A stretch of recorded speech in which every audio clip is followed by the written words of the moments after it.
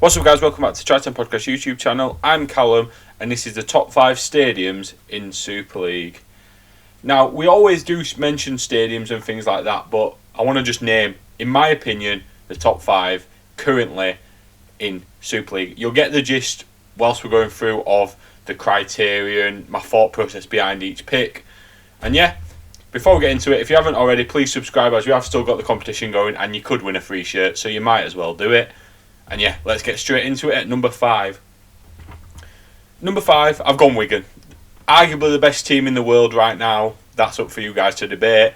I've gone with Wigan, and I want to preface this as my token football stadium pick, because there's quite a few. Huddersfield, Hull have all got football stadiums. Wigan's is, in my opinion, the best of the bunch. Obviously, it does help how many they actually get into it and things like that. Good location, good size for Rugby League, and when it's packed out like it were at World Club Challenge, it looks absolutely mint. Good atmosphere and things like that, and there's a reason why it's been picked for England tests and things like that. So yeah, Wigan's there. Like I say, this is the only football stadium on there, because I mean, realistically, is Huddersfield's good because of the size and everything and infrastructure? Yeah, but Huddersfield only have one stand open when they play there, so that does count into it. Definitely does. Number 2, or should I say number 4 as we're counting down this list, I've gone with Leigh. Now, I think Leigh have got such an underrated stadium. Obviously, they've got a classic thing for me, I think, which is important, and it's there with the next 4, is you have to have some element of standing, I believe, in a Rugby League purpose-built stadium. And I think Leigh absolutely smashed this, as do the other ones coming up. But Leigh have got that great. It's the perfect size for them. The atmosphere's electric there. They absolutely smash it with like the pre-match entertainment and the whole sort of match day, package that you get as a fan. The match day experience is the best. Is one of the best in the league that you'll get. And yeah, I just think it's really underrated, is Leigh, how they utilise that stadium to their strengths and to the strengths of them in Super League, really.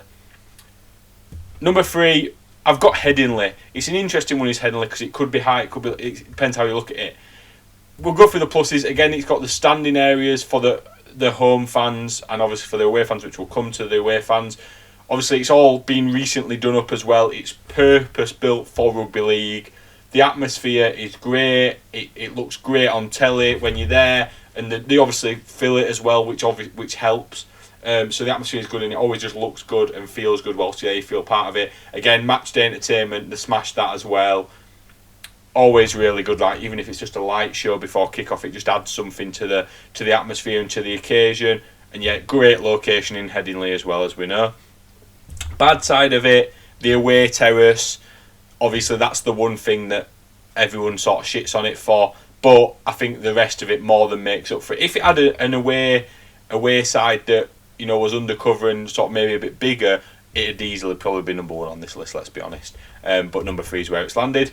Top 2 now, and it's really were a toss-up between these two of which one's 1, which one's 2, and I've actually had to go a bit more on my personal experience. So I've gone with the Halliwell Jones at number 2. I just think for Warrington, how they sort of, these next 2, and you'll probably know who number 1 is now, they're purpose-built, they're fairly recently built, and they're purpose-built for Rugby League and for their clubs, and Warrington do a really good job at essentially filling their stadium. It's got the standing elements, it's all covered the whole way around, it grabs an atmosphere, it feels tight when you're there, and yeah, I think it's a great stadium for Rugby League. It's hard really to have much more to say, but yeah, everything just sort of collides and works well. Number 1, I've gone with St Helens, just because of my experiences, what puts it over Warrington. They're very similar grounds. Again, I love the standing elements, but when I went, which to be fair was the England test, the most recent time last year against Tonga, I just thought it was great. The whole sort of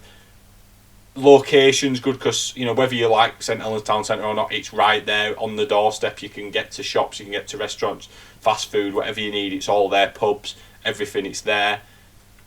It's like I say, it's purpose built. That's the best part about it. It's purpose built for a modern Rugby League ground. It's got standing, it's got the seated, it's got great sort of you know, ability to get food, drink, and everything like that in the stadium as well. View's great from every sort of position that you're in the ground. Atmosphere's great, because obviously Saints do fill that up as well. So it's got that good sort of atmosphere, similar to sort of everyone on this list, really. They do so good at getting the atmosphere there. So yeah, for me, Saints is number one. And yeah, you let me know what you guys think. Who have I missed out? What teams should be on here?